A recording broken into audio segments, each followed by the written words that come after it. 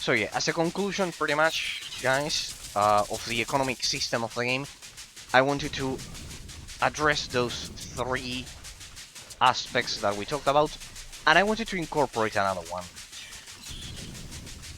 which is the relationship between the usage of potions and gameplay mechanics and the overall difficulty curve of the game. You know why? Because this game has a perfect relationship between them, between those two elements. To begin with,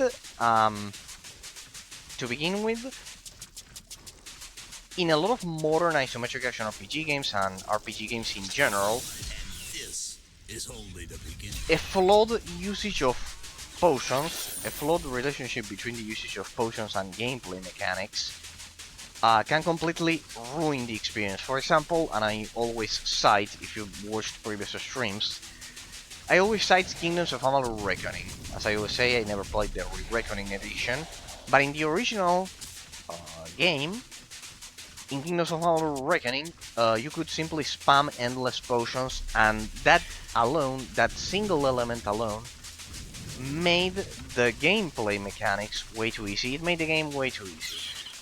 Just because you could spam potions. In the case of Hellgate London, for example, you can be silenced, and that prevents you from using potions. So we've seen different solutions throughout the years. In the case of Sacred 2, the solution is implemented through sheer, precisely, economic pressure on the player. Why? Because it is the very economic system of the game that leads the player, that pushes the player to have a proper Foreseeable. understanding of the loot system. But not also that, which is a topic that we talked at the beginning of the stream, but it's also the one element responsible for encouraging a perfect balance between the usage of potions and the overall difficulty curve of the game. Right? So the very economy will push the player. The very economy of the game will push the player to perfectly. Will push the player to have a perfect balance between the usage of potions and gameplay mechanics, due to the fact that the player cannot loot the best gear without understanding the gameplay mechanics, appropriately.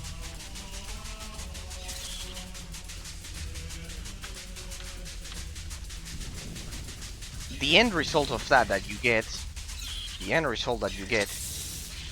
is that the player will lose his potions due to that negative proportion that I mentioned, that you will lose more money than what you'll get.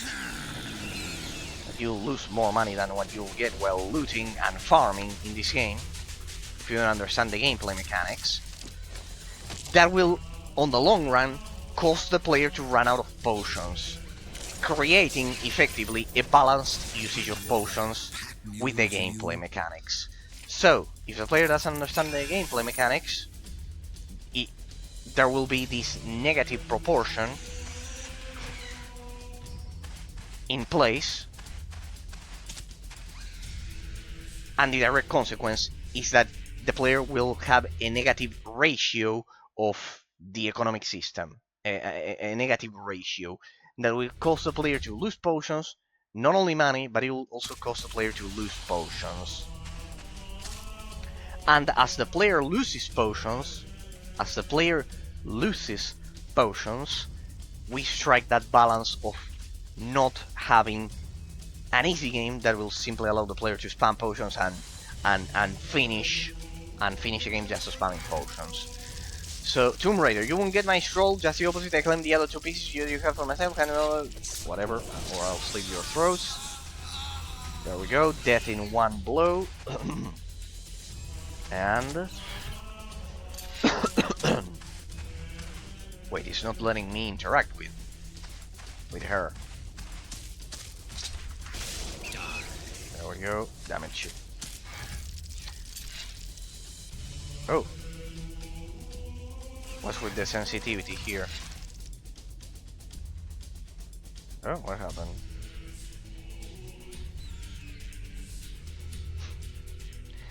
No, please. No. This is not what I needed. There we go, finally. That was close. Let me save. Let's find Wentalian again. We know what we have to do now. Take a window and translate the text. Okay. To be heartless. I will In the meantime, we can do heads and vowels, shall we? Full river, no. There we go. We'll see the command quality there. There we go. You can adjust the quality of the loot that you get.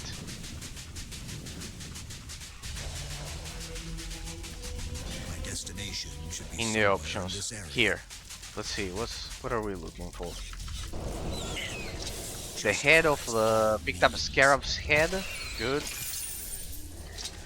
Damn it. That's what I love to see. Almost instant cooldowns. I'll test them again. Yeah, I think the chance to halve regeneration is per hit, huh? I think it's per hit.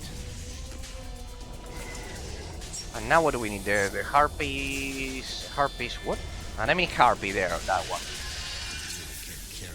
Picked up anemic harpies vowels. Nah, they weren't any kind of harpy. They had to be anemic one.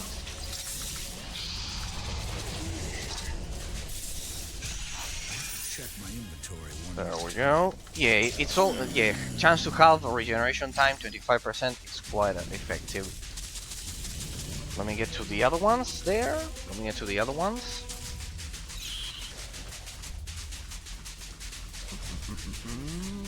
This one? Enemy harpy. There we go. And the wrath of the gods.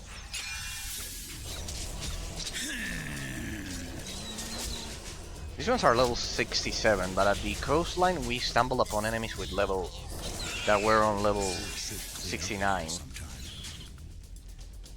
I don't have heads and vowels there. It's bothering me. Yeah, there we go. Almost instant cooldowns. Yeah, and the other thing is that the chance to halve regeneration time has a higher percentage. If I can push that to 50, that would be... I would be able to ignore regeneration per hit. Because it'll be way too powerful. I mean, a combination of both of them, it's always quite effective. I only need your help. There you go. So yeah, pretty much for today I wanted to highlight those three elements, people. I wanted to highlight those three elements. In terms of the economic system of the game. And the impact it has. As I've said, you will get a pretty balanced experience in Sacred 2. You'll get a pretty balanced experience because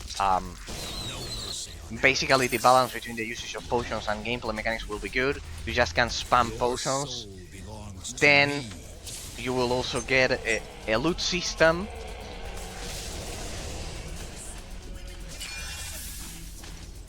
You'll get a loot system that has a lot of ingenuity with the internal clock system, with the internal clock of the game, that will reward you for staying alive. And then, I don't know what to do about this quest. But we are so close, I have to try, I mean...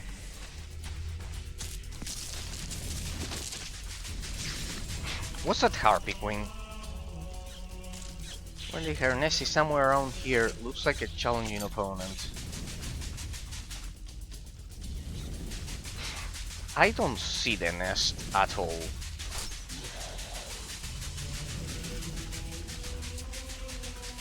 It should be this one, but... the map is indicating that. The map indicates that the harpy's nest is there, people, huh? Definitely, but... I only need your help. I cannot find it here. I mean, it changes as soon as I enter this dungeon. That would imply an underground, subterranean Even in death. network, but I don't see one here. I don't see any underground network. Some dungeons do have that, but this one doesn't have it at all. This one doesn't at all. So going back to the loot system of the game, it's incredible how the economic design that we can appreciate in Sacred 2 has a lot of impacts on the gameplay mechanics. As I've said, due to the steep learning curve, the player can pretty much endlessly die continuously without ever realizing that he can manipulate and modify the elemental system of the game, the elemental damage system of the game, due to that steep learning curve. And that is a direct influence of the economic system, if you think about it, people. Just think about it. The fact that if you get killed a lot, see how they are perfectly related, but it's such a subtle relationship that most reviewers and players don't pay attention to it. If the player dies a lot, just like what happened to me at the beginning of the series, the economic system is designed in such a way that you will never be able to save gold, right? Because of that negative inertia that I've been mentioning, that abstract model in which you loot less gold, less gold than what the potions cost to you. That happened to me at the beginning of the game, at the beginning of the series. You cannot loot more gold than the price of the potions, so that creates a negative proportion in which you will have to spend more gold buying potions to survive than the overall value you'll get from the gear, right? That creates a negative proportion, so you lose money. Eventually that forces the player to reach zero. So see how the gameplay mechanics, the abstract complexity of the gameplay mechanics, it's directly related to the economic system of the game. That's something that we don't stumble upon usually in modern MMORPGs, isometric action RPG games. In the case of Sacred, generally the economic system is dissociated from the abstract complexity of the gameplay mechanics. You get endless gold. In other simpler words, you get endless gold, and it doesn't matter if you die a lot. In Sacred 2, it does matter, because on top of that layer of relationship between the economic system and the gameplay mechanics, the fact that the game punishes you or rewards you for properly learning the abstract complexity of the gameplay mechanics, of having the mental model of the game.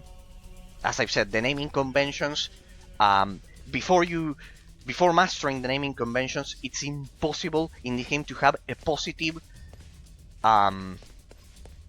proportion of an income, of looting more gold than what you spend on potions to survive. Once you understand the abstract complexity of the gameplay mechanics and the naming conventions, the loot will provide you much more gold than the potions. Like that, you invert the positive relationship between the gameplay. You invert the relationship between the gameplay mechanics and the economic system of the game in a positive way. It stops being negative.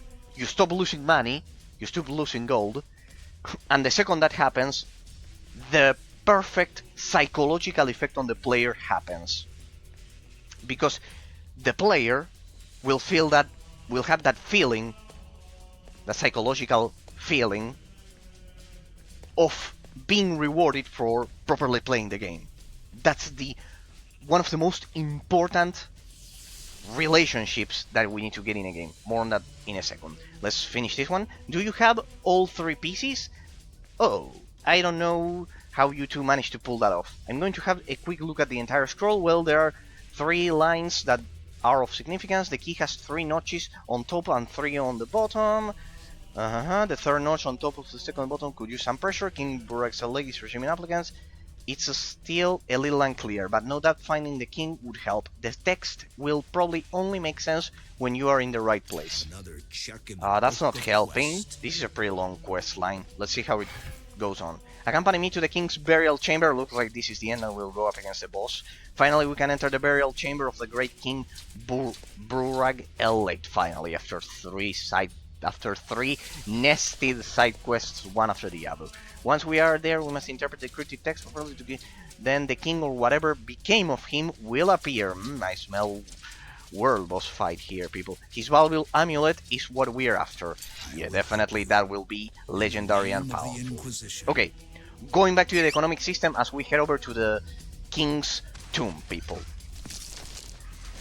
Nowadays, that psychological effect that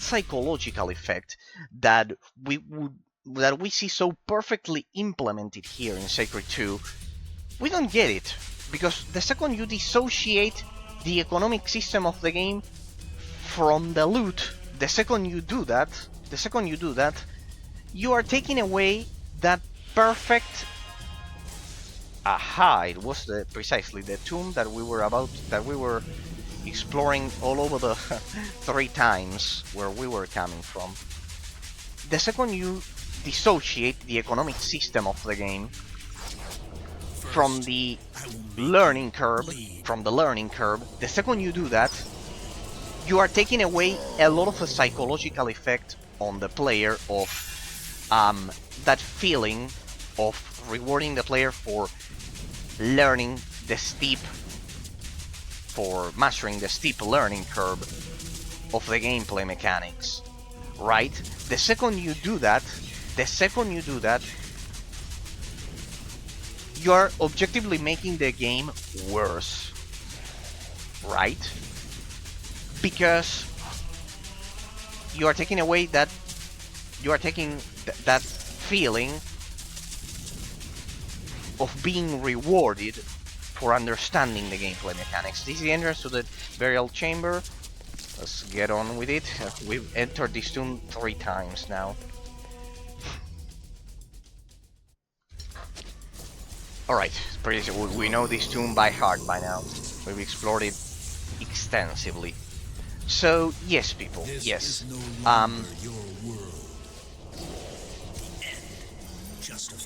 It's a subtle element of the economic system of the game that usually we don't pay a lot of attention to. But it is responsible for creating that addictive gameplay loop that you know that will reward you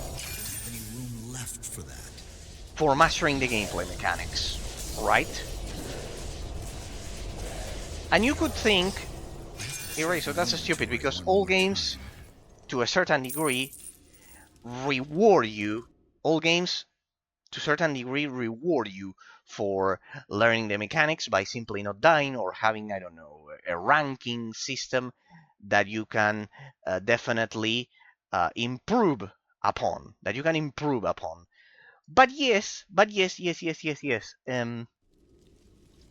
It's not so much the fact that you can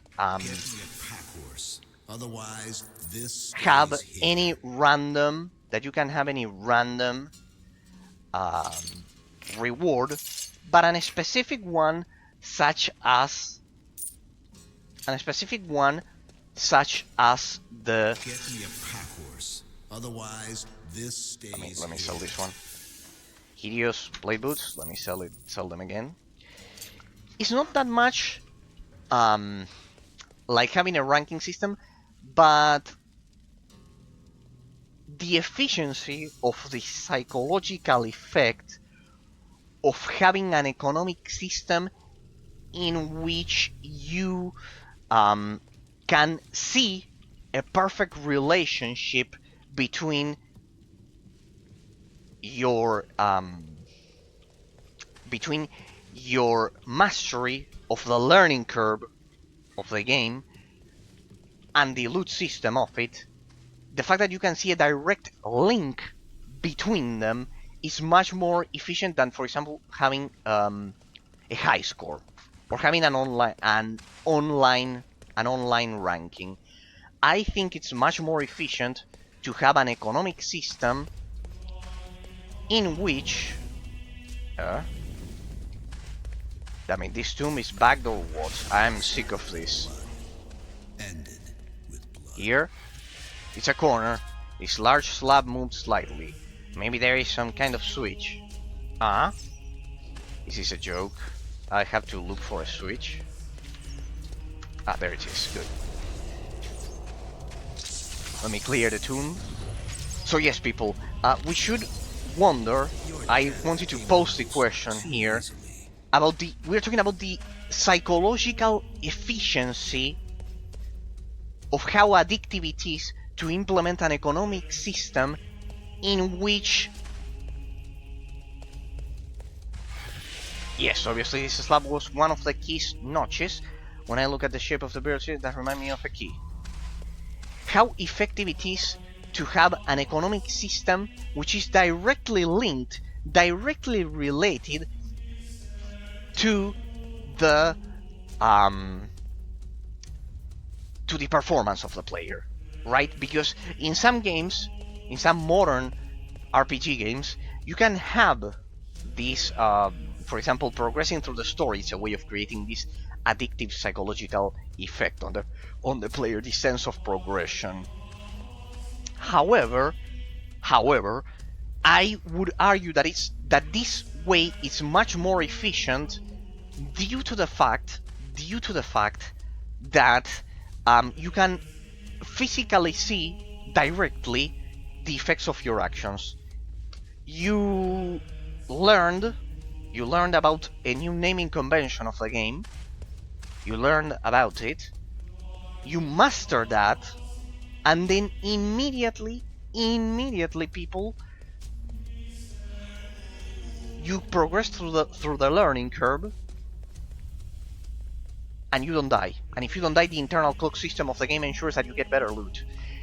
Everything is perfectly. I would argue that the degree of relationship is superior in Sekiro 2 than in a lot of other modern RPGs. Because in modern RPGs, you just think about endgame in Diablo 3. You just scale an online ranking or something like that. In this game, it's much better. King LA.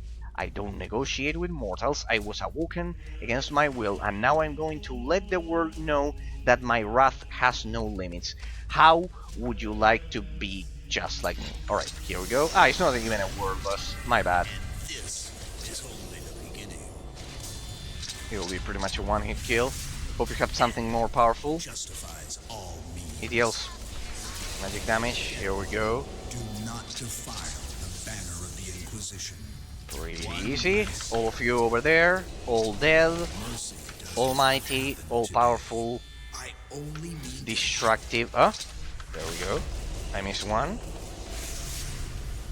Yeah, the fact that the chance to halve regeneration time is quite effective. This one doesn't want to die. I think I killed your boss way too fast. Try that on for size. Let's see. Let me remove that. Loot. I think the loot is ready. Gauntlets. There we go. Good, and good. Perfect. Alright, let me... The amulet. Thank you, my friend. You were of big help. I couldn't have done this without you. I don't have much gold to give you, but instead I can give you this object that I recently acquired. I hope we meet again soon. Farewell. I am fully stocked. Oh, damn it. Head of the Demiurge, Temple Guardian, not for my class. Power emanates from this item. The Wayfarer is the one that we're using. Power Another emanates Wayfarer. from this item. Power Talent's emanates superiority. from This one is quite unique. Let's see. Chance to evade 17, blah blah blah blah blah. Yeah, but the Wayfarer, it's much more powerful. So this one is pretty difficult to stumble upon, anyways. Well, let me call my imp. If you don't mind. I need you here. I need you here. Let me drop all of those there. So we have some room. Elegars Assurance. This one, we should sell it immediately. And pretty much that's it. Good. Good. So, people, as I was mentioning, I know this is an extremely deep topic, but it's quite important. Let's recap a bit. Let's recap once again the elemental system of the elemental system, the loot system of the game, and the influence of the economic system on the gameplay mechanics. We have 3 elements that we talked about previously. We have 3 elements. First one.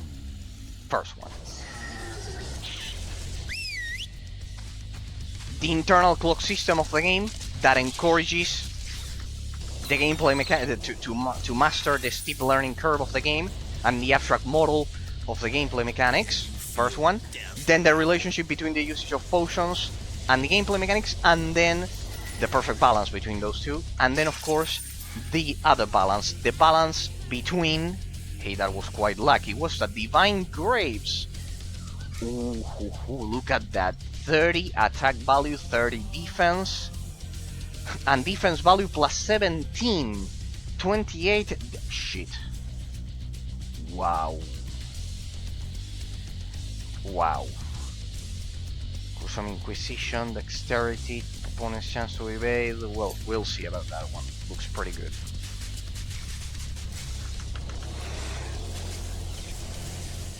So yes, those 3 elements. Balance between the usage of potions and gameplay mechanics, and the steep learning curve of the gameplay mechanics. Then the balance between the... Hang on a second. The balance between the proportion of looting the best gear from the mobs, from the most powerful mobs, and the vendors, so vendors don't become useless, but you still retain that degree of, as I've said, that degree of, I don't know about that quest, that degree of addictiveness of having the best loot on the world bosses, from the world looting from the world bosses, but not making vendors useless, so you still buy potions from them. Hey, let me check the logbook, because maybe we can do something about that harpy. Let me check the logbook. The desert child told me about a harpy queen. Apparently her nest is somewhere around here. That sounds like a challenging opponent. Yeah, the nest is around here, yeah, but I don't... It should be over there, I mean... I can see the nest over there.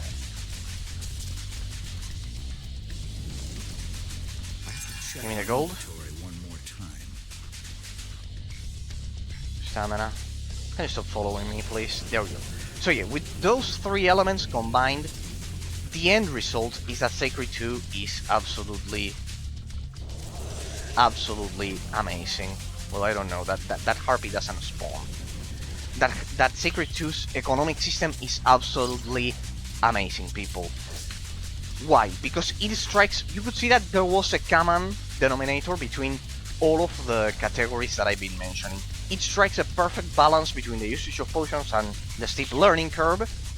The game is not easy, and you cannot simply spam potions, so perfect balance there.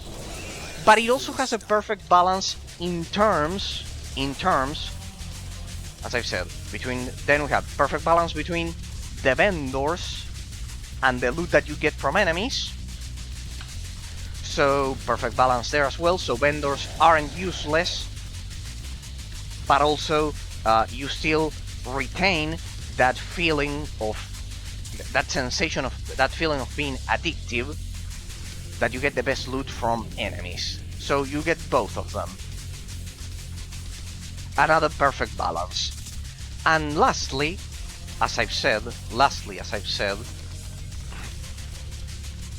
at the beginning, the third element is the perfect impact of the economic system on the gameplay mechanics. The internal clock that perfectly rewards the player for playing the game efficiently, for not dying. So we have the internal clock, balance between the usage of potions and gameplay mechanics, and the steep learning curve, and balance between the quality of the loot you get from bosses and the loot that you get from vendors. When you combine all of these elements together, yes, exactly, the bubbles are perfect. Prepare the things right away, wait until it's finished. Find the hideout and bring the ghost to me. Alright, we are ready. Here's the bottle. You have to use the tincture to travel to the plane of the ghosts. What? Of course it must be you. Did you really think I'd drink this stuff? I mean, I had a lot of important things to do here. Anyway, you have to use the tincture to travel to the plane of the ghosts. If you can defeat the ghost, it'll be banned and it'll be drawn to our plane, and at the same time. Then I'll squeeze it into the bottle and we'll have the ultimate genie weapon. Alright. The Inquisition is said to be heartless. How do we go to the other planes? There we go, over there. Alchemist tincture received. The divine graves are quite tempting. Chance to block root, good. At the defense value is quite amazing.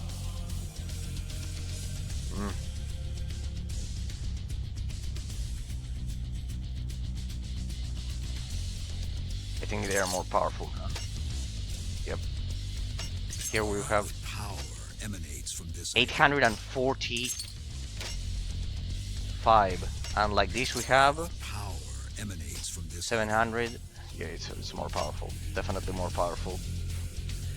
Well, but I lost a bit of health regeneration time. I took some hits, 20 instead of 25, and I lost a bit of regeneration per hit and dexterity. But dexterity increases defense, right? Mostly. That's the case. So yeah. Look at that, almost 900. That's brutal. And we got more, yeah, the defense value is absolutely brutal. Chance to block root. We got more armor, 5 luminary, and what did we lose? We lost chance to cover damage over time. It was damage over time, it wasn't that bad. The gruesome inquisition, yes, 12%. It went to 10% instead of 9. No. Opponent's chance to evade 18, and the regeneration per hit, yeah, they won. But those come from the relic, which we can relocate. Let me get to a smith, wait. I think those come from the relic, huh? Wait. Chance to have regeneration time. Chance to... oh, yeah.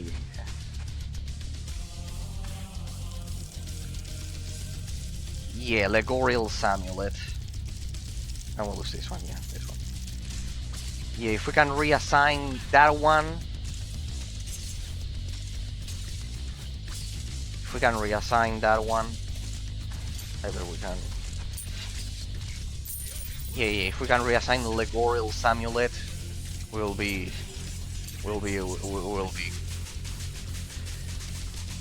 quite unbeatable. I also need to use my runes eventually. I eventually need to use my runes. Alright, let's go, people. With our new graves, I want to see how I look like. Hey, pretty good. I feel like playing Star Wars New Republic again. They have that very similar pattern to the ones that I used back in Star Wars New Republic. Let's go to that dungeon. Alright. And as we go to that dungeon, let's resume. Those 3 elements, as I said. Relationship between the usage of potions and the learning curve of the game and the gameplay mechanics. Balance, the balance between the loot system of the game, so it is rewarding. As I've said, you don't want the vendors to be useless, but you want to still retain that level of addictiveness, of luring the player to get the best gear from the mobs, and then of course the direct link, the internal clock system of the game. This seems to be the ghost hideout. It really looks so spooky. Let me get into the hideout, please. Move it. There we go. inside of the ghost's hideout. Good. We've also been here. What are you doing? Get out of here. Good. There it is. Oh, look at that. It looks like an Inquisitor. And as I've said, with those three elements combined, we get, as a result, a game that has a lot of innovation in it. And the economic system, the magical part of it is that the economic system, Ghost Feather Rat, you mortal ones shouldn't be traveling this plane. This is the realm of the ghosts and the deceased. We'll correct that little problem right away. Alright, let's do it. Should be easy. It only deals physical damage. You're a pushover. Power of the Inquisition. I lost. How can that be possible? Because we have pretty good gear. What is happening to me? Oh no, please don't let them make a genie out of me. That's so degrading. Well, I don't have a choice. You defeated me and I have to follow you. Please don't stick me in a wine bottle. That's all I ask. Never had any doubts. Don't you worry. You'll be in a quality bottle. Fine then. Let's finish this. I'll I follow you. give you hope.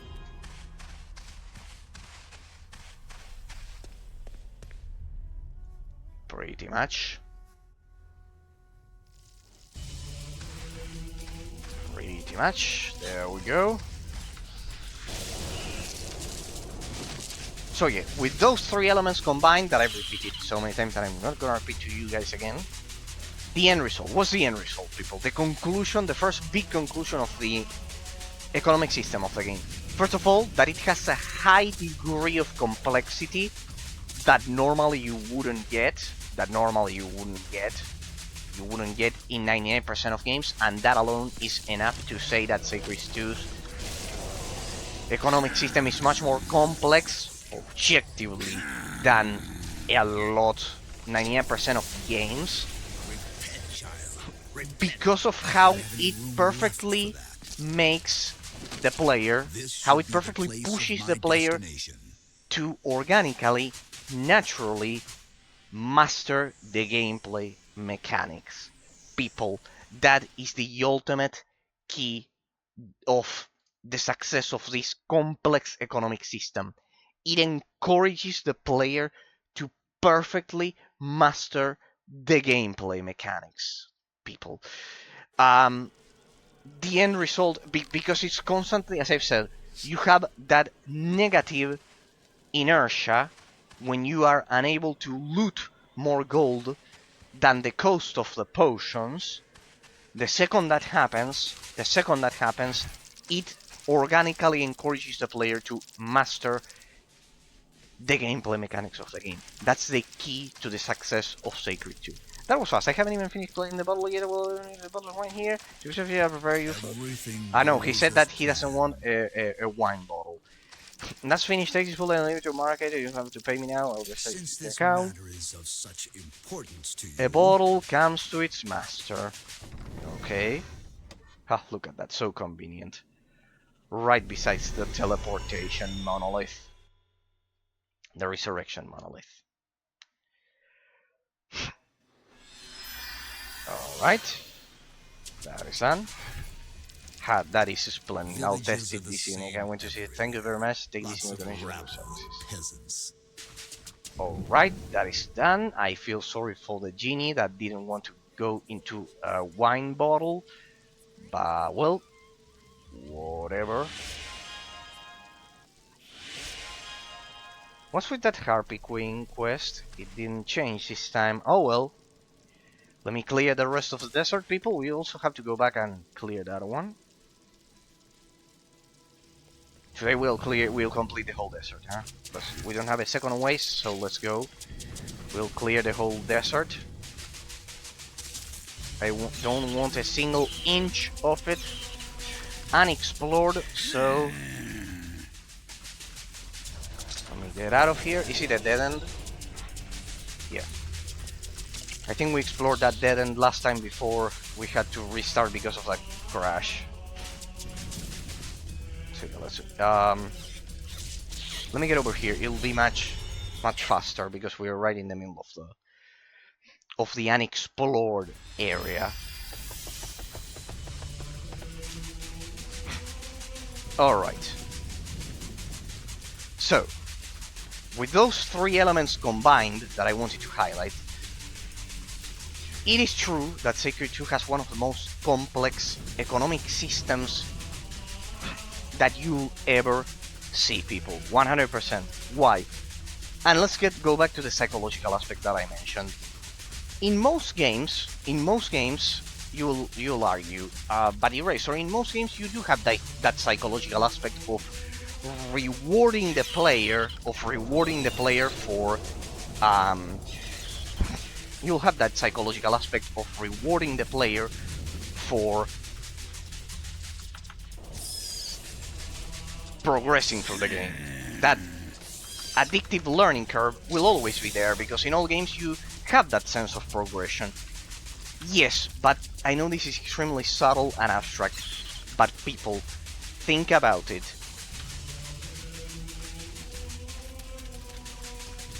Think about it. What is more efficient at creating that feeling of progression? What is more addictive? What is more addictive? An online ranking, like in Diablo 3? Simply getting better loot and being invincible at the game, which you also get here?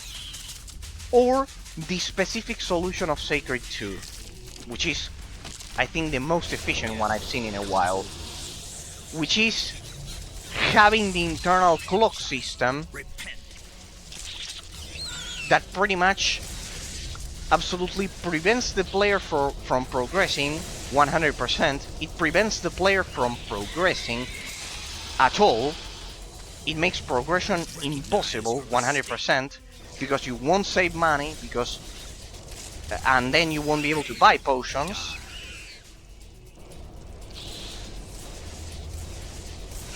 And you cannot progress at all. Which one is more effective? Well, just like in Dark Souls, that you lose all of your souls if you die, and as a direct consequence, you cannot progress through the game if you don't play the game efficiently.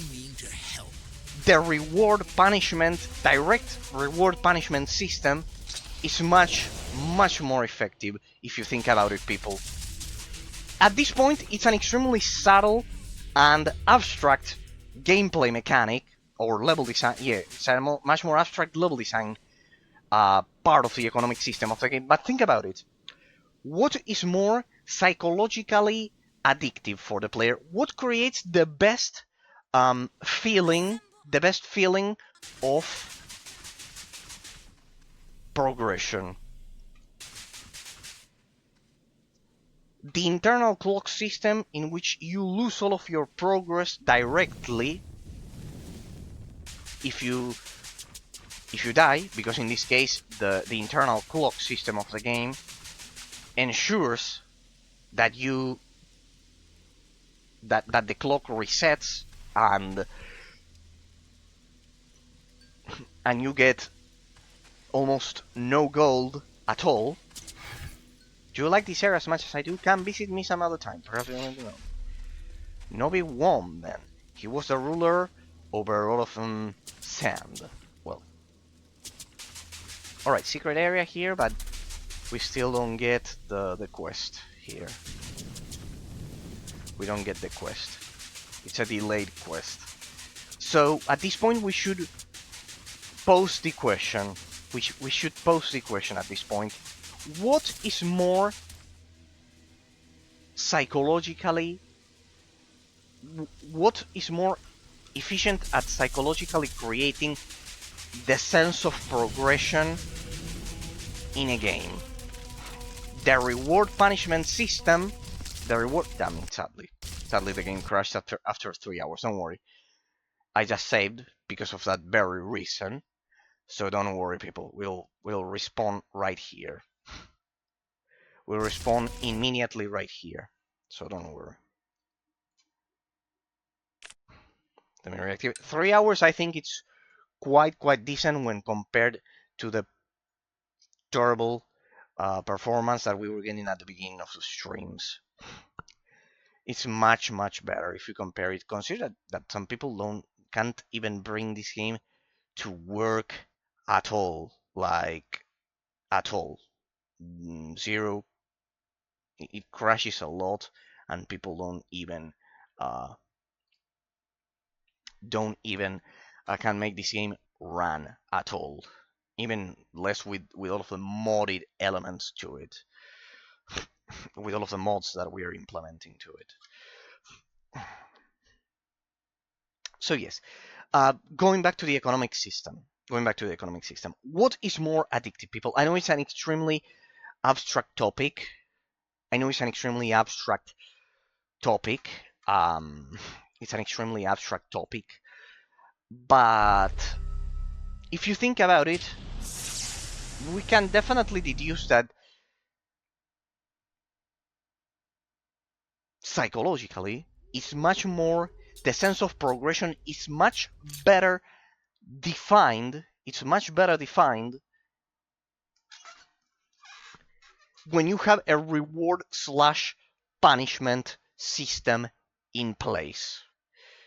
If you think about it, just having a sense of progression related to loot and gear, it's kind of like one step below. It's one step below the quality of Sacred 2. You just loot gear. You have, for example, you have your online ranking in Diablo 3 and those things. But if you think about it, if on top of that you add, I can help you yet, come back later. Alright, pretty much the generic response that we get from delayed quests. So, summon those. We activate our buffs. Nag, not you. I want my Shroud Spider. So yes, at this point we're doing something extremely abstract, which is comparing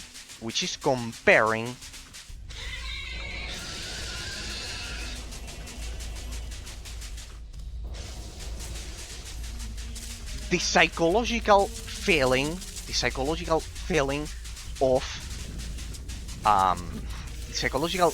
of progression that each game delivers. But we can do it, people. It's an extremely abstract topic, but it's something that we didn't explore last time that I wanted to do today. Besides getting to those three elements of the economic system of the game and how they perfectly push the player to improve and master the gameplay mechanics of the game. And once mastered, having this reward system in place. Now we should get to the psychological feeling of progression. Which game has the most efficient psychological feeling of progression on the player? Which one has the most effective one? Normal isometric action RPG games, or through the loot system and the fact that you just kill increasingly powerful mobs, or Sacred 2, and for example, under that very same category, it would fall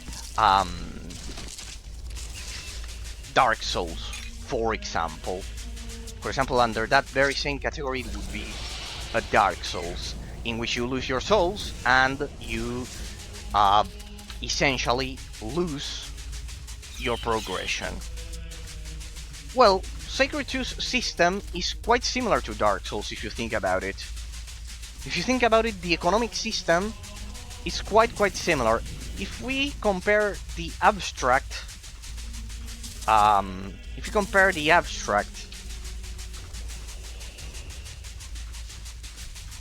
feeling of progression that Dark Souls provides and the one that also Sacred 2 provides, that they both provide, they're extremely similar. They are extremely similar, people. You lose your souls, you lose your progression, you lose your sorry, the death timer resets, you don't lose anything. The death timer resets, and while you don't lose any item, you lose the potential opportunity. You lose the potential opportunity of getting more gold. If you lose the gold, the direct consequence of the system that we've been explaining is that you cannot progress through the learning curve of the game. You cannot progress through the learning curve of the game. And with that, you cannot mod your gear, and if you cannot mod your gear, you will be unable to understand the elemental damage system of the game, and when you are unable to understand the elemental damage system of the game and the naming conventions, the direct consequence is that progression is slower,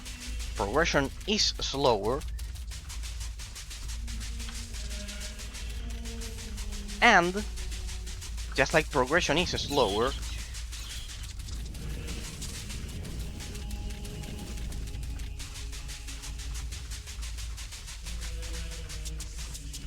you're discovering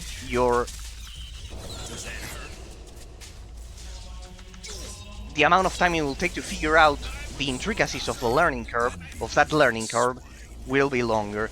The second that happens, the game becomes much more slow-paced, much more frustrating, and also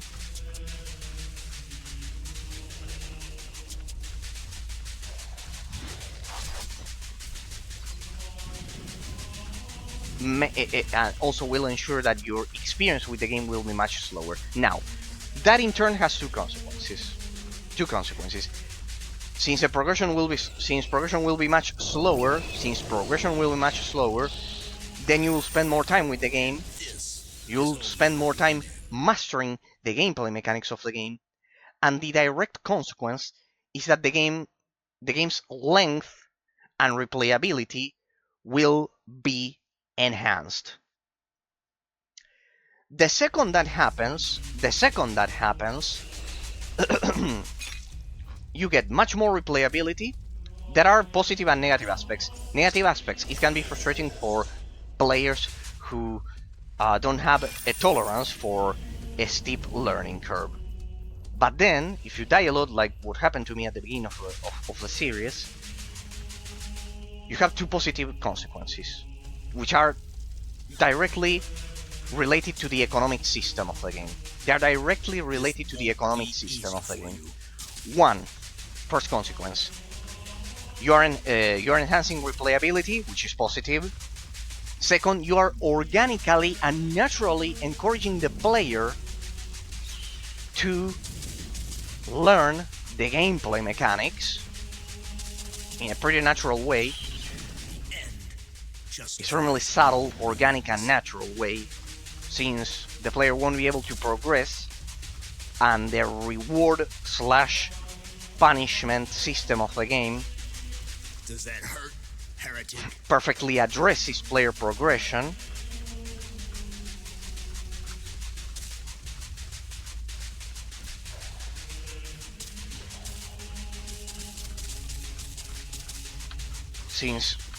And then the third consequence, you have it enhances replayability. It creates an organic loop for the player to learn the gameplay mechanics of the game. And third, we could mention a third consequence of the game's economic system. Does that hurt, heretic? This won't be easy for you. Does that hurt, heretic? Creating a steeper learning curve. This won't Is that be easy for you. Hate. it's a foolproof way of ensuring that the player will learn the gameplay mechanics. Even if the learning curve is steep, even if that happens, even if you die a lot, if that happens, it will ensure that the player will master the game. Then, as I've said, it enhances replayability. It will make the game longer. It will make the game longer because the higher the steeper the learning curve, the better the replayability and the amount of time, the more the amount of time the player will spend with the game. And that will have, at the end of the day, that perfect psychological impact of progression, right? Something that you wouldn't get in a game in which the learning curve isn't steep. If the learning curve is flat, as a direct comparison, if the learning curve is flat and you master the game easily, the direct consequence of that is... The direct consequence will be that the... Sorry, I dispelled my buffs, I don't know why. The direct consequence of that, people, will be that... The direct consequence will be that that first of all, replayability is completely destroyed, and the second you destroy replayability, you will destroy the amount of time, you'll reduce significantly the amount of time that the player will spend learning those gameplay mechanics, right? The second that happens,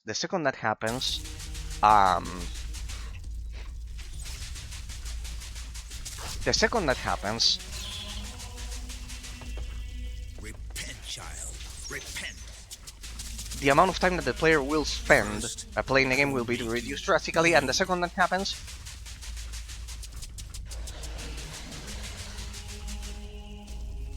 you are effectively destroying that feeling. You're destroying that feeling of progression. Why? Because remember, the psychological impact that a game can have on a player is also directly affected by the amount of time that we spend playing games. Imagine if I could complete this game extremely fast,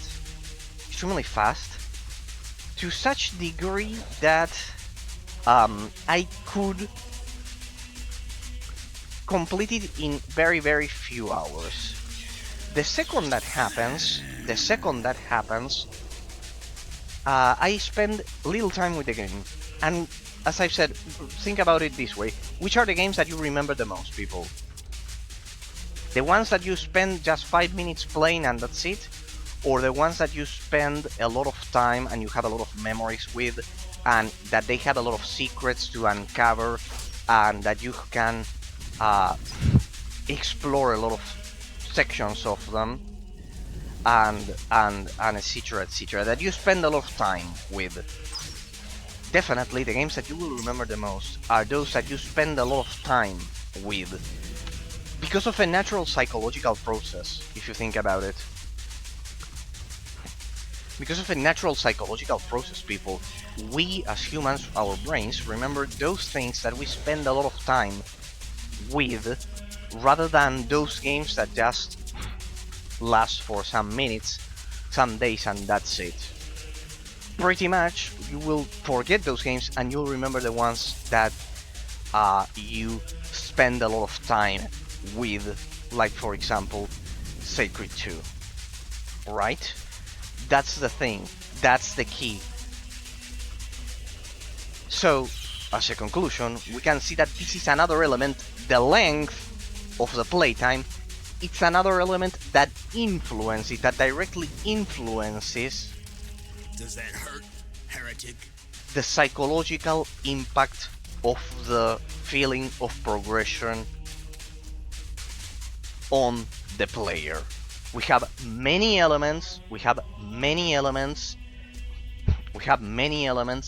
that we mentioned at the beginning of the series, but definitely the length should also be addressed as an element that contributes in terms of the economic system of the game to having that psychological feeling of progression, right? I am all powerful. It's a huge difference. And we'll explore it a bit more once I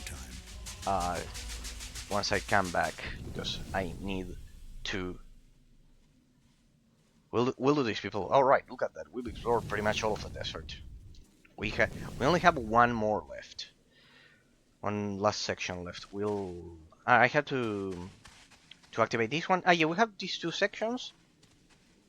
I wonder if we'll ever be able to finish this Harpy Queen quest there. We'll do all of that, and we'll leave. And we also have this section. We'll do it today, huh? We had time. We'll finish this one, the Durack camp, explore all of this, and this canyon as well. Give me a second, because it's been 3 hours and a half. I need to go to the bathroom. Give me a sec, people.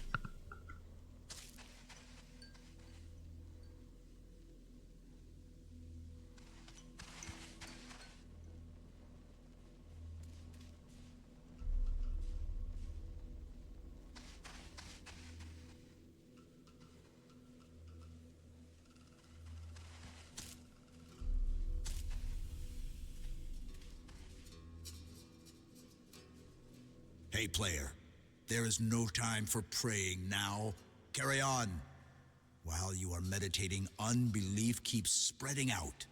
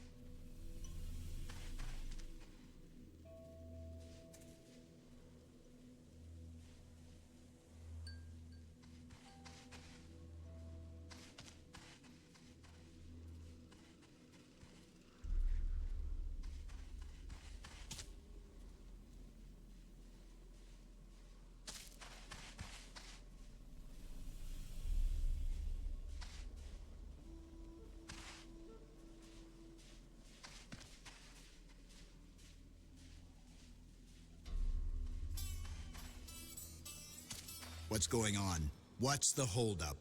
Are you gonna watch a DVD now instead of keep playing? What's that? Tom Cruise? That's totally the wrong answer, man.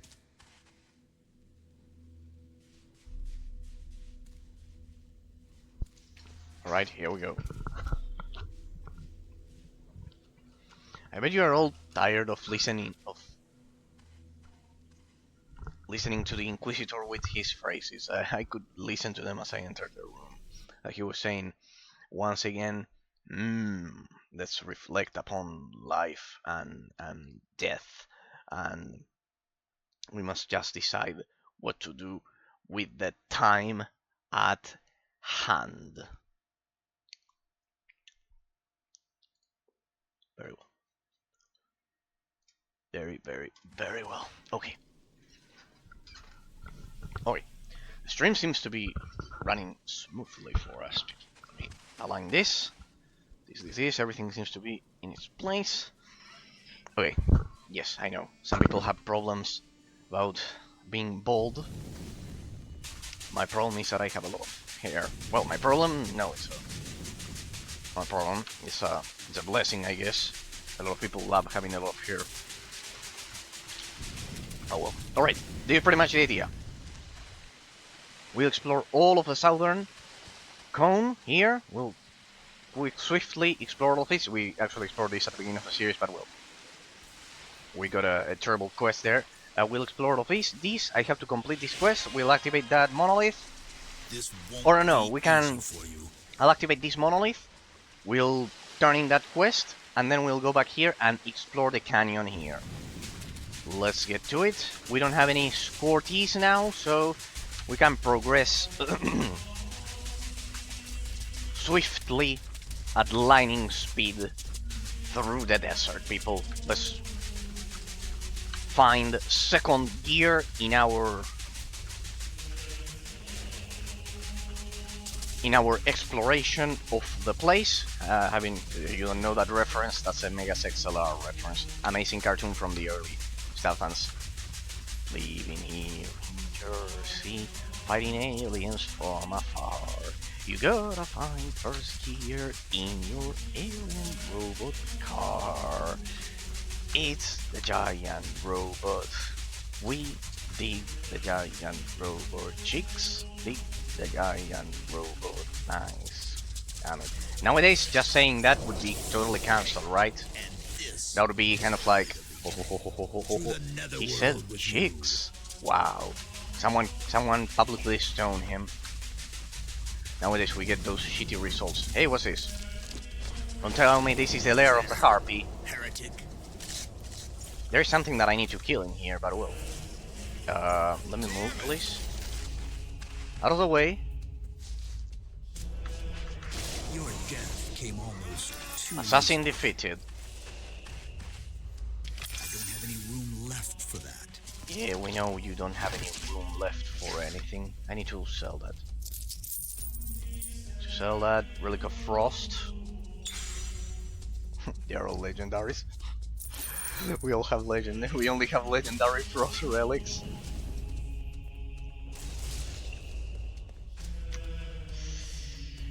Right. As far as I'm concerned, the path goes on. As far as I'm concerned, the path goes on. Let me see. Maybe I have to enter this dungeon here. Fools.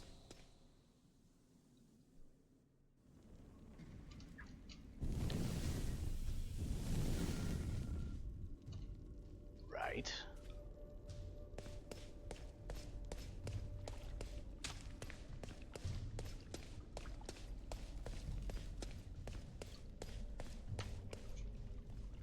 Let's first explore the overworld, shall we? Because otherwise we'll just get lost in this cave, which probably is the destination of one of the side quests. So yeah, let's ensure that we explore the overworld first. Let's begin with the overworld, because otherwise we won't be able to.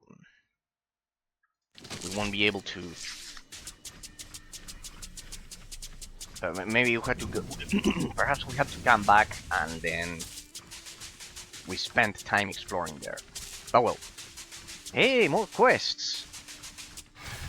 If you're thinking what I'm thinking, oh, well, this is a delayed quest.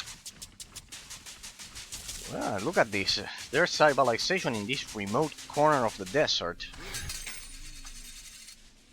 No, I cannot sell Saraki's curse. Tanuk's plate, yes. Well, let me call my imp. Right there, Saraki's curse. Illigar's assurance, 34. This one is outdated. Cancel. There we go. Good. I should definitely attack value. Alright, we're good to go. We're good to go. We're good to go.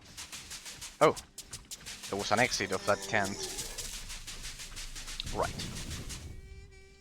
Right, let's explore the corners. Let's explore the corners, people, as we love to do. As I continue analyzing the economic system of the game. So, the end result of getting that perfect feeling of progression is to leave a lasting impact on the player, right? So I think that through here you enter the place, right? Through here you enter the place. So we'll leave this explored right there, so I have a reference. Yeah, no, that reference is not enough. We'll get a bit more inside, like that, so I can see. There we go, like that. Like that, I will be able to distinguish the desert from the canyon, like that. That'll be efficient at telling one from the other. Okay, let me keep exploring the corner here, and through the corner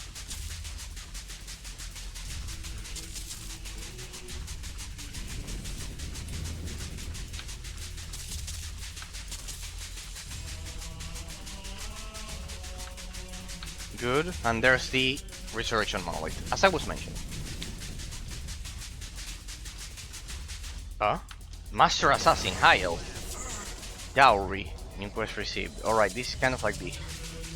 It's kind of like high elf territory or what? Make you bleed. Good. Alright, I'll keep surrounding the canyon through here. We'll keep surrounding the canyon. Perfect. Like this, through here. We'll surround all of the canyon. Like this. Like this. We'll surround the whole canyon. And as I was mentioning, all of those elements create that perfect... Oh. Ah, this is another entrance. Create a pretty twisted one, if I may say. Huh? What did I get dismounted? Is that a lair or something? Yep, it is a lair. Only possible explanation. What the? God damn it. Quite interesting. I bet we'll have to do some quests in here, but as I said, first let's control the overworld and then let's get to these ones. Damn it, the fact that the game crashes only once every 3 hours, it's quite good. Is it an entrance? Ah no, it's a dead end. It's a dead end for that dungeon. Alright. It's a dead end. Alright. I'll keep that one in mind. I'll leave a pin in my head with that one. And as I've said, at this point we are exploring something extremely abstract and subtle. First, I will make you. But it is important because the psychological impact. Alright, there's the first civilization. Alright. Let me. No, don't die. Because at this point we are comparing the psychological feeling of progression between games. It's an extremely abstract topic. It's an extremely abstract topic to compare, but we need it because, as I said, compare the difference between just heretic figure. the difference between. Hey, we can take a shortcut through here and explore part of the terrain. Compare just giving the player the layer of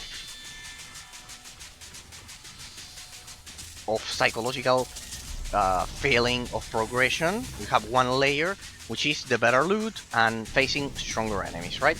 That's the usual layer of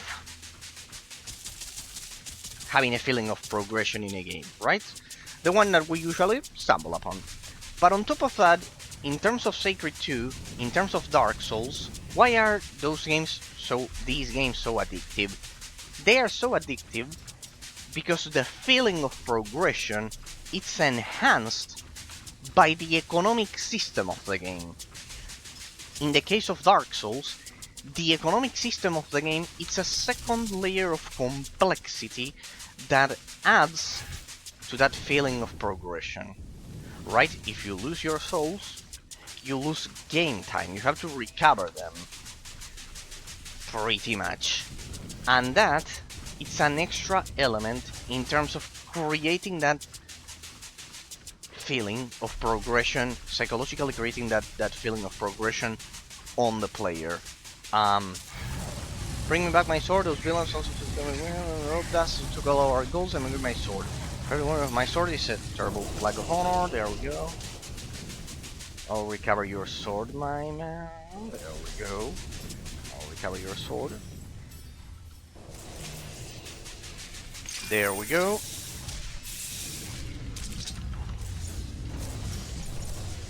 Foreseeable.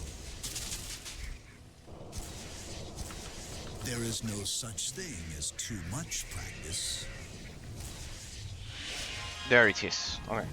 But no, first we'll hack this wall because I want to have this section of the desert explored. 100%. These animals don't...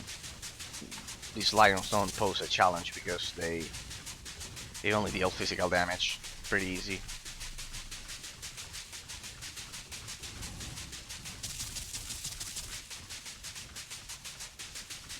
So yes, going back to the other elements, we have a perfect relationship between the usage of a perfect balance between the usage of potions and the gameplay mechanics of the game,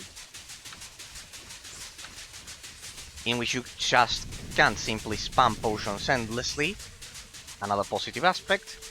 I'll say frequently because, as I've said, as you could see, explored territory is the only thing that doesn't get recorded in real time in this game. So yes, we have a second layer of complexity. We have a second layer of complexity in terms of the reward system of the game, of the progression, of the feeling of progression of the game. Here we have a hidden object. The Inquisition will bring you back to the right faith. That definitely makes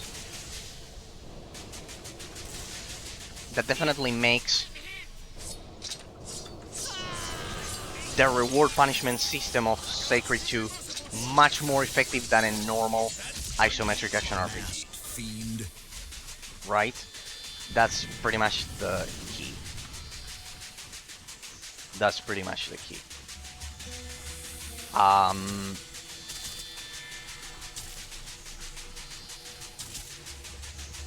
That's pretty much the key.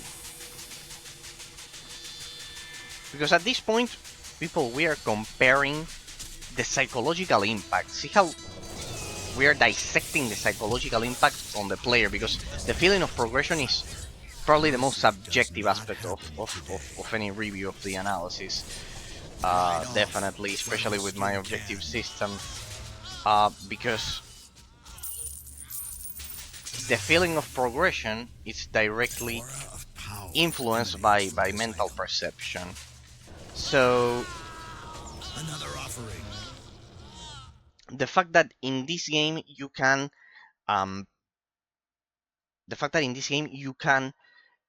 you not only have the reward system of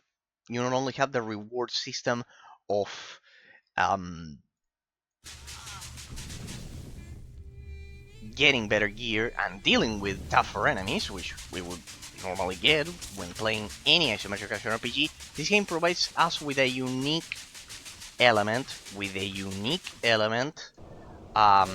which is the fact, just like in Dark Souls, that the economic system of the game is intrinsically related. It's intrinsically related to... We'll take the other path and explore the place. It's intrinsically related to that feeling of progression. You not only get the feeling of progression of getting better loot and fighting better enemies. On top of that, you have a second layer of complexity, of feeling that you are being rewarded for your gameplay, for mastering the game. You are getting a second layer of rewards, which is the fact that the internal clock system doesn't get reset, and you get better loot and gold, and also a higher chance at getting better gear. So it's a perfect system. We haven't explored this section, right? Let's hack this wall down here. This wall, this limit of the map. Yeah, we were here. Yeah, we explored this section. What we didn't explore is here, this one apparently. I know, pretty much there should be yeah, we were here. Alright, so we need to get on... look at that, precisely, we need to get over there. Yeah, we were here. We have to climb that mountain. Alright, we have to climb that mountain, definitely.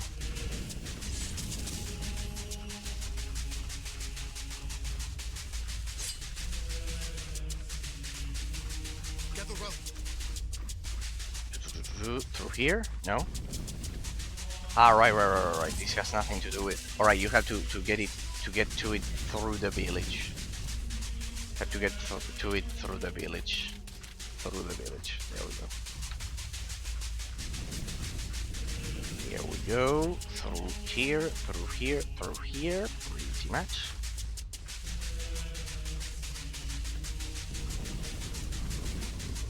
And here.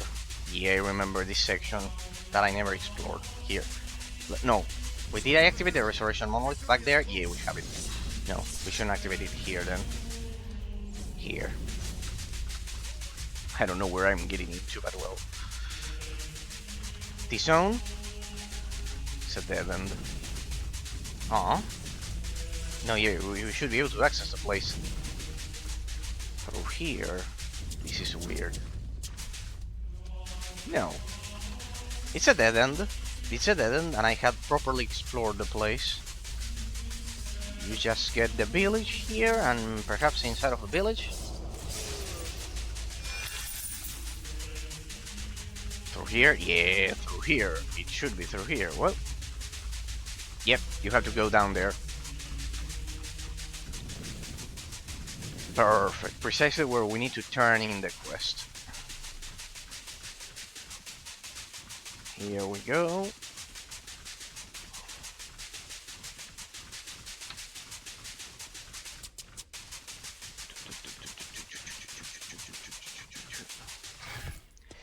That is wonderful news. Finally, we can continue our work in peace and quiet.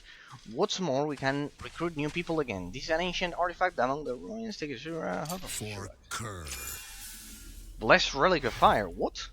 Wow. Aura of power emanates So from this powerful. We have hallowed ones. I have one sacred. This one is blessed. It's kind of like in between them. Damn it.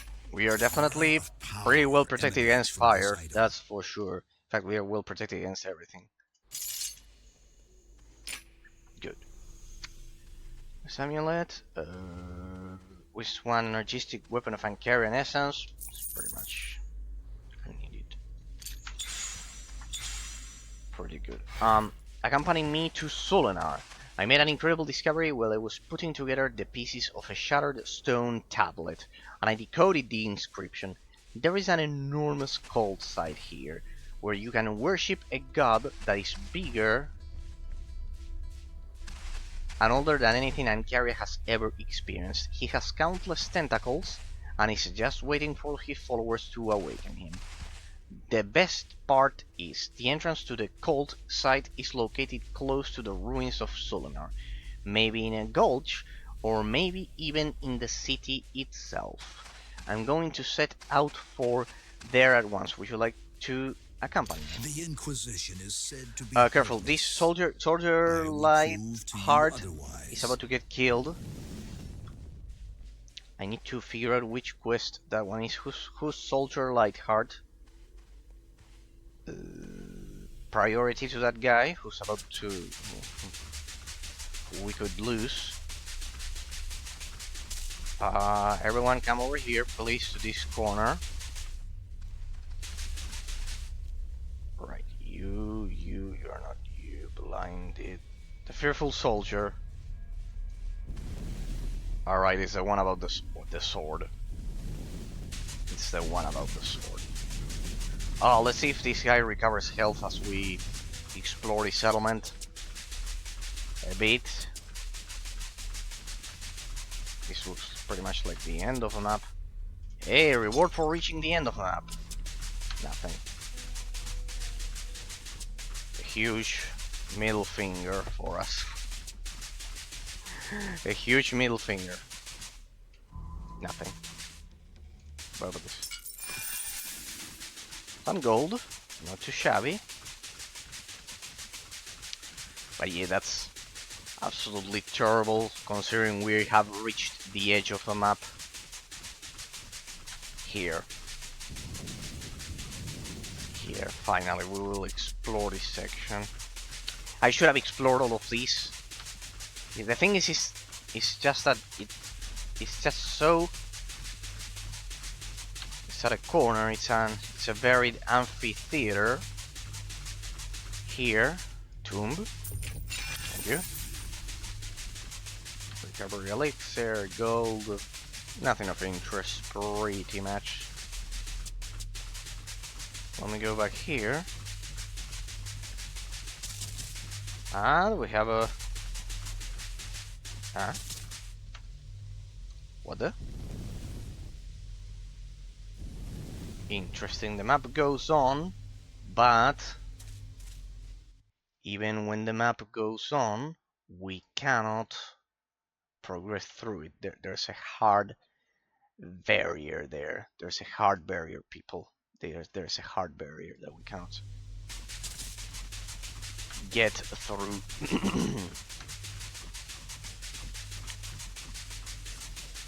Okay. Get rid of him.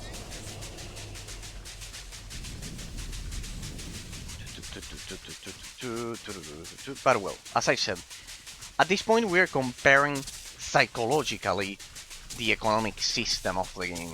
The feeling, we are psychologically comparing the feeling of we are psychologically comparing the feeling of progression that one game provides when compared to another one. We are pretty much getting to the psychological landscape because, as I've said, if the game is longer, psychologically, the human brain works like this. It will be able, it'll remember the others. You'll remember the games that lasted much more than the others. Hey, I have a quest down there. I cannot see. But yet, yeah, we go to the edge of the map and... or not? Nope. Ah, come on. It should be explorable? No. Alright, well, whatever. This is the barrier. I think we've pretty much explored everything, eh? This zone is unexplored. It's meant to be left unexplored or explored from a different angle or something like that. Pretty much. But well, today I wanted to cover this topic, people. The economic system and its impact on the gameplay mechanics of the game. No mercy on heretics. And as I've said, it's incredible how the psychological impact is on the player is influenced by all of these factors. It's absolutely incredible. Okay, I think that the quest should be over here, pretty much. There? This is a dead end. What's the meaning of this? It's pretty much a dead end.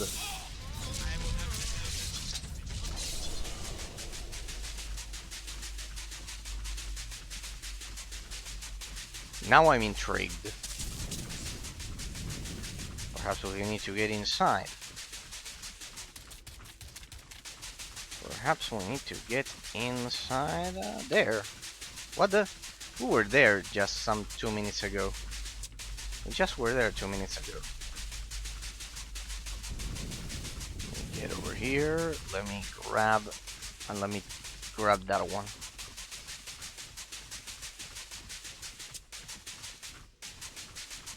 Get in there. You. What have you done? You have freed a Jin. May the gods help us. Where is it? I'll kill it. Where did I free the Jin? Ah, when I destroyed the stuff. Could it be? Ideas? I'll talk to him. I bet I can easily kill it.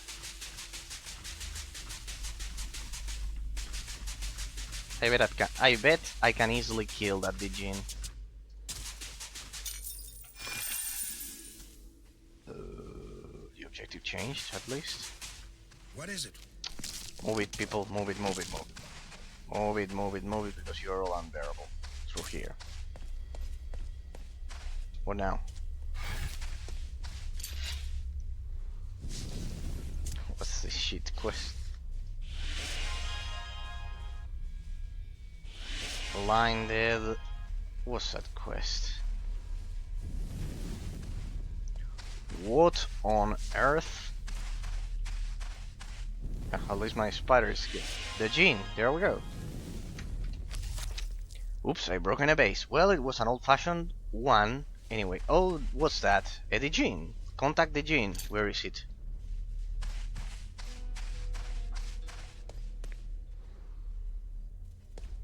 I don't see anything. What are you talking about? That thing. Help us. I'm trying to help you, but... What is it?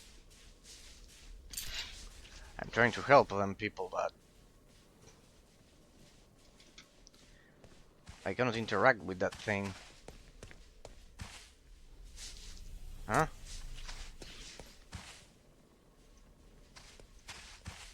You? Help us? This one? I'll fry them all. Whatever.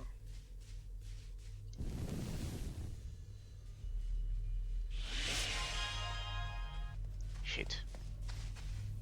This is unexpected. Let's explore that last zone. Right. No, we'll do this. We'll activate this resurrection monolith. Let's get out of here. This quest leads us nowhere. People, at this point, this quest leads us nowhere. Absolutely nowhere, because I cannot see the objective. So let's leave this one for next time. And in the meantime, let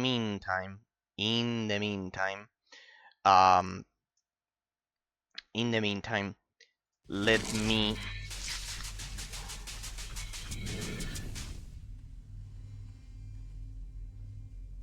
we'll explore this zone. No, we're gonna do that next time.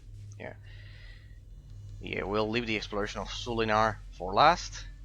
Let me do the Fearful Soldier before that guy dies.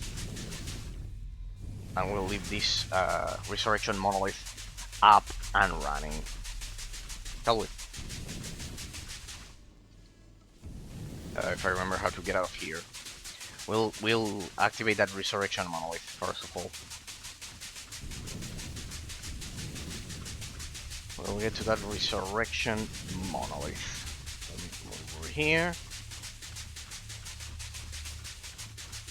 Let me have that active. There we go. So we'll start here next time. I think I left only the. Let me see quickly if those if those two spots that I left there unexplored actually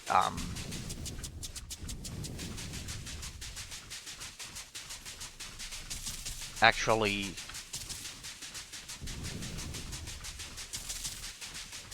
help me.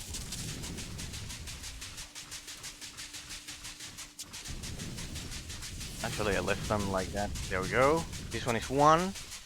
Shouldn't take long. Have another one there, and then I want to hack that wall.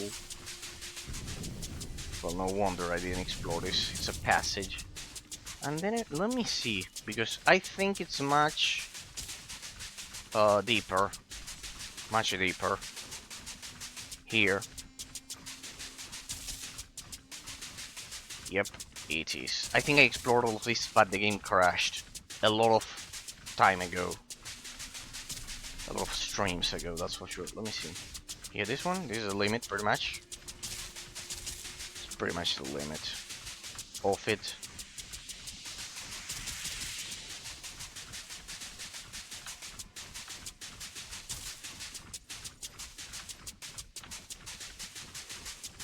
Pretty much.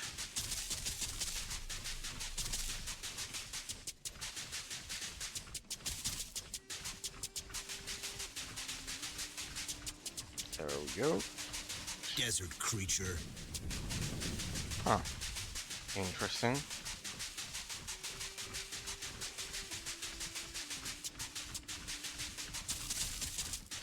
There we go.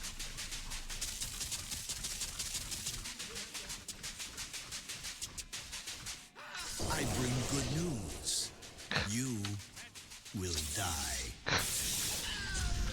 Sand you once were, and sand you shall be again. Hey, he's getting creative with the new phrases, with the dialogues. He's definitely getting creative. Masked fiend. Masked fiend? No, it's just an idiot.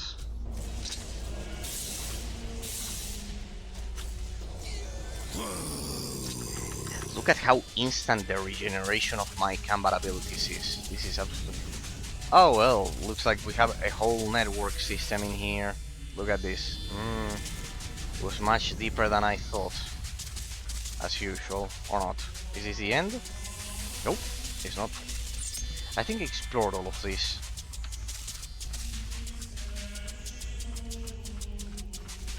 I smell tomb here. Okay, goddess of chaos. Alright. One thing's for sure, we'll get the senior cartographer achievement. Damn it, this leads to gold. I mean, there's a network. There's a network of tunnels here. Secret oasis. Is this the end? Dungeon. There's a waterfall dungeon. Wow. Well, I mean, the level design, I know we've already explored it, people, but it's absolutely incredible. Absolutely incredible how the level design of this game is perfectly created. And like this, we enter a secret dungeon.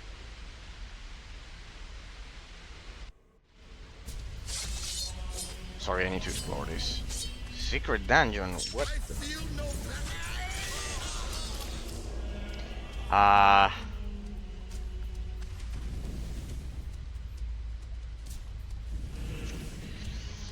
I'm definitely risking it, you know, because that escort that we have will probably could potentially die. That escort could potentially die because you know, people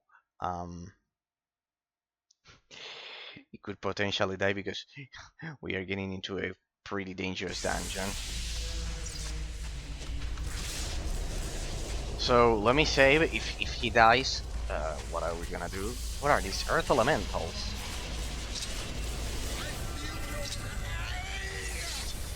Oh, careful, careful, careful! Giant scarab. Look at this, people. Does that hurt, heretic? There we go. I'm definitely risking it. And sand you shall be again. There we go. Do you believe in the gods, Sandman? I mean, they forced me to use a potion. Can you survive? Oof, they have pretty high levels, 68, and pretty good resistances. Damage caused by magic. Yeah, there we go. Back into the sand. Dracozine. These guys are quite powerful. This is definitely a high level dungeon. Ah, look at that. Soldier, light heart, recovered health. Good, we're good to go. See, the gaming gods are wise. Ah, slow down. You don't know about the second effect of my paralyzing grip. They have pretty good evasion chance, huh? They are evading most of my attacks. Let me see. Player's chance to hit 67 and opponent's chance to hit 20. Yeah, they have pretty good defense. They have pretty good defense. What is this? An exit? A nesty dungeon. We're getting into a secret dungeon, people, huh?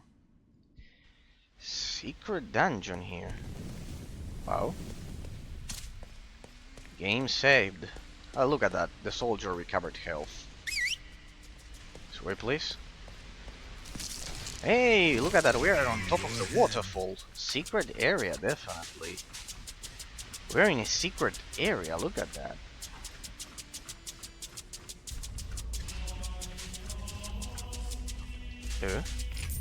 What do we got here? A lot of gold, but... Oh, no, I don't... Your countenance will be erased from this world. They are hitting pretty hard. I don't have my fire resistance up. Get me a pack horse. Otherwise, this stays here. I did loot that hallowed restoration, right? Yeah. Visibility, I've never seen such a useless stat as visibility. Easy. I wonder where this will lead us to. Your countenance will Now be I see that the erased desert from is this much world. bigger than I originally thought. Alright, this is the end, finally. Can you imagine that the game crashes now? Can you imagine that it crashes now? Let's see. At the end of the world, we get a lot of gold. Ah no, it's not the end. I don't have room for that. It has pretty good loot, huh? Not for us because we already have all legendaries, but for a normal player, I guess. Let's see what it goes on. Where the fuck are we getting? Where are we getting into?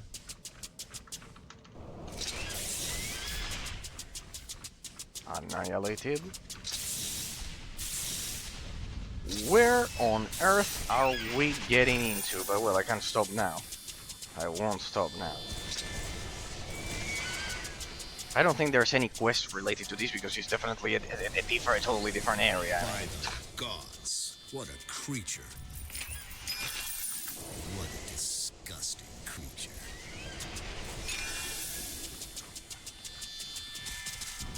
God damn it, the developers of this game. God damn it, the level design. I'm once again astonished by it. God damn it, these developers. I cannot believe it. And this is another secret area. Huh? No, just so. Where the fuck are we? God damn it, the developers of this game. Wyverns.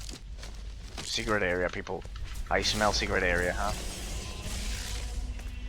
Desert Dragon. Look at that. Level 67. Now you're... let's hope it doesn't kill my... Whoa, yes. Now this is a fitting ending for our quest of the desert. I mean, we'll have to do the rest of the side quest. God damn it. God damn it. The Desert Dragon. Good. This is a fitting end for today's stream. This is a fitting end. In fact, I'll leave it here so we can farm it next time. Alright people, one last fight. Let's hope it doesn't kill my escortees.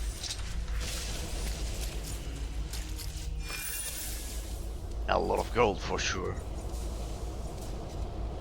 I'm not hitting it a lot. Quite powerful. Oof, he killed the doppelganger. Wow. Finally, an opponent worthy of my abilities. Finally.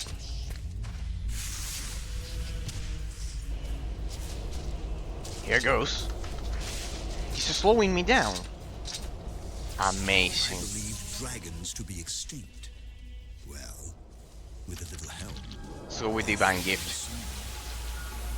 Ha! I can take you on. You don't scare me.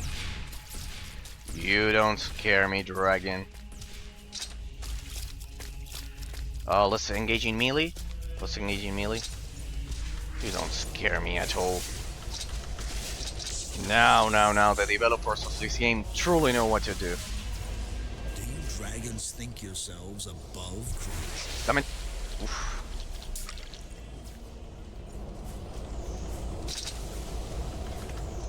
I can take it on. I can take it on. I mean, it's probably the most powerful enemy we've stumbled upon so far. I mean, I cannot target it. What's going on? Wait. What does he have? He doesn't have ice resistance, which is the only type of damage I don't deal. So it's my perfect counter on top of that. I should probably use an ice weapon. I cannot target it. What's going on? There we go. I won't let this one go. Come on, we can do it. I'll keep it like this, so I'll keep it pressed, so even if I take the damage, well, I'll have to. He's forcing me to get out of here. There we go. Let me lower his stats. His stats. There we go. Slow down. Take that. Come on, come on.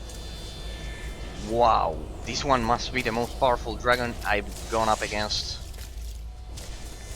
Damn it, my doppelganger. He took the hit. Quite good. We are the best. We're just simply the best.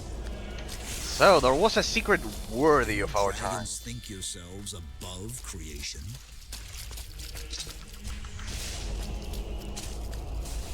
Quite powerful, but hey, some crits. The critical hits are beginning to connect. Come on, come down here.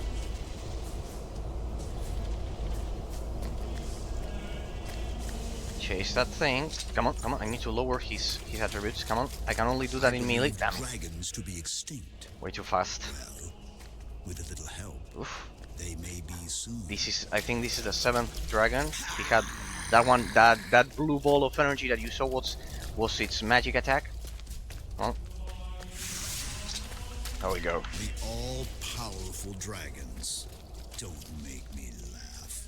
Don't make me laugh. Come on, come down here and fight. Then, what are you still doing here? What the? I mean, the hit point. See, this is what I mentioned when I said a lot of streams ago that the targeting system could be much better. All-powerful dragons. Don't make me laugh. Alright, the hit points of this one are quite weird. Oh well, at least we are able to take the hits. Huh? So it has another physical attack. Let's just chase it. Must have a pretty high chance to hit. A pretty high chance to evade my attack, sorry. Come on. Like this. I have it. Ah, damn it. It's forcing me to evade the attack, and I'll let go of my targeting. There we go. That one should deal a lot of damage.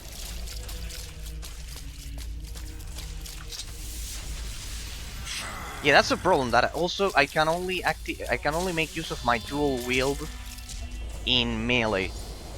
First, I cannot dual wield in. bleed. I don't deal my whole damage in ranged. Repent, child. Repent. This one loves to fly a lot.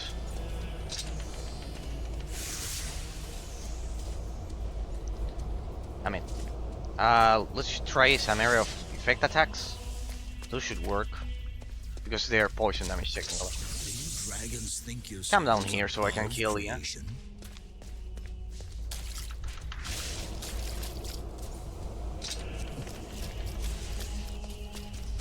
Hold on.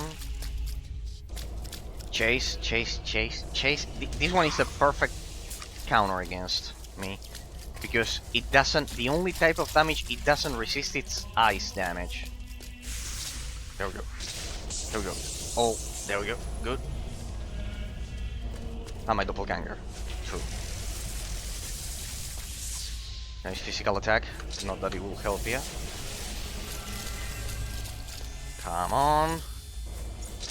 Almost done. Get down here and fight. Damn it, the evasion chance is quite high, huh? It's quite high. I won't help you.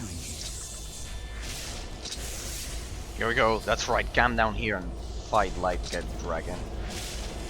Instead of a man, a dragon in this case. Come on, come on. We can take it. We can take it. We can take it. We can take it. The reflected damage will also. Oof.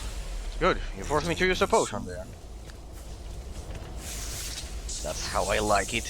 Straight up damage. Damage against damage. Damn it, what's the evasion chance of this thing? It's not taking a lot of damage, huh? It must have an insane evasion chance. Insane evasion chance.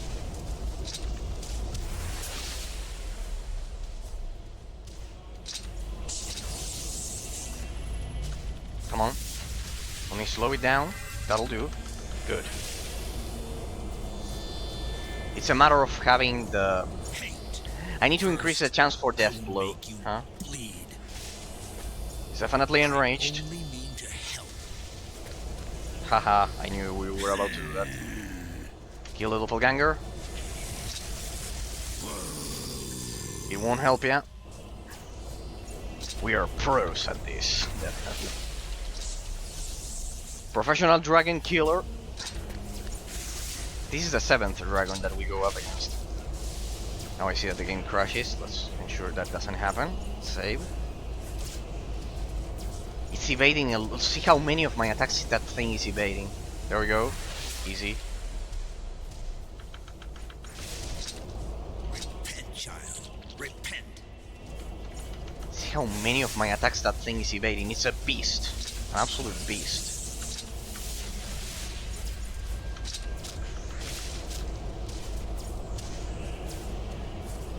Dragon worms, leave our world.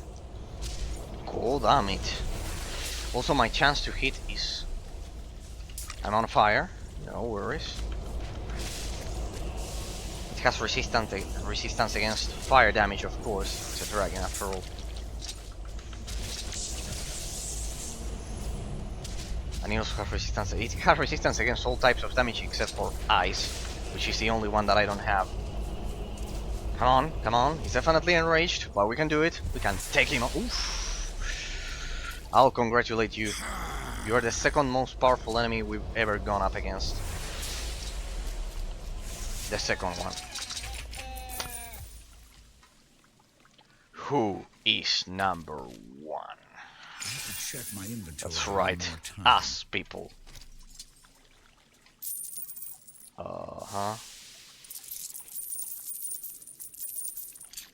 Get me a pack horse. That's Otherwise, it. This stays What a here. fitting end for a legendary stream about the economy of the game. I don't have room for There that. we go. And with that, that's our 7th dragon killed.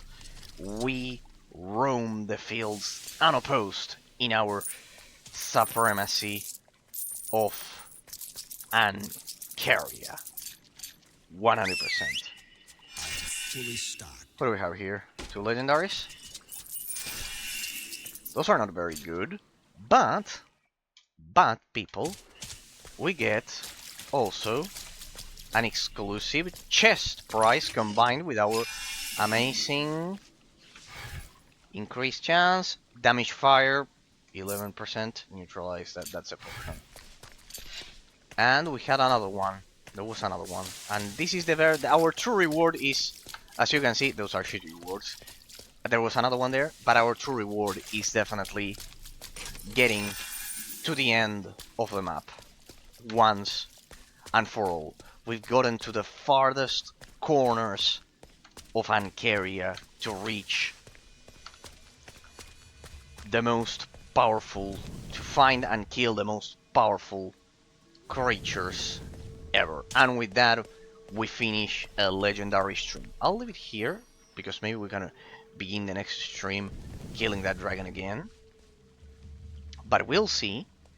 But well, I originally said we were about to explore all of these, but well, I think it was a pretty good trade-off that the desert sands in the end guided us through here until we stumbled upon this dragon. And as you can see, this is the dead end, right? This is pretty much the end, right? We'll double check that. And yes, we killed the desert dragon. Absolutely legendary. Absolutely legendary. Let me... No, we'll save a bit far away from the dragon in case it respawns. There we go. We save and exit once again, like that, people. And as a conclusion for the economic system of the game, as we say goodbye, people, those three elements that I mentioned, the perfect balance between the usage of potions and the steep learning curve of the game, provide with a solid experience that won't be too easy, that will add a lot of replayability. As I said, in turn, replayability enhances the length of the game, and that increases the psychological aspect on the player, the impact, the lasting psychological impact on the player that will definitely ensure that the game will have a lasting impact on you, people. Because as I've said, it's directly related the fact that when we spend more time playing a game, we remember it even more, even more. Um, and that creates that feeling of progression that a lot of games usually don't have. That's why I wanted to highlight this element of the review that we usually don't pay a lot of attention to, that we usually don't get in isometric action RPGs. The fact that we that this game has a second layer of progression, it's absolutely amazing. Why? Well, because it allows it allows to have a lasting impact on the players um,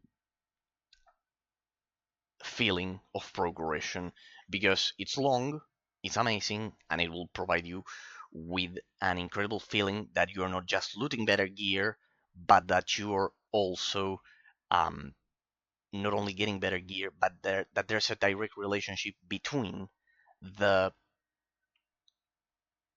internal clock system of the game that forces the player to improve. So there's a direct relationship between the deaths, that the player performance, and the loot you get. So, ladies and gentlemen, it's been my pleasure analyzing the economic system of the game with all of you today, and see you all on Thursday. Have a great week, and we'll continue exploring Sacred 2. We did a good trade-off at the end, right? We did a good trade-off. We went up against a desert dragon world boss in comparison to to just mm, to just exploring the desert. I think it was a pretty good trade-off, ladies and gentlemen. It's been a pleasure. Hope you enjoyed the stream. As I always say, thanks to all of the followers of the Twitch channel and all subscribers of the YouTube channel from the bottom of my heart. Thanks to anyone who might have taken the time to watch this as a YouTube bot or a Twitch bot, and see you all in the next one.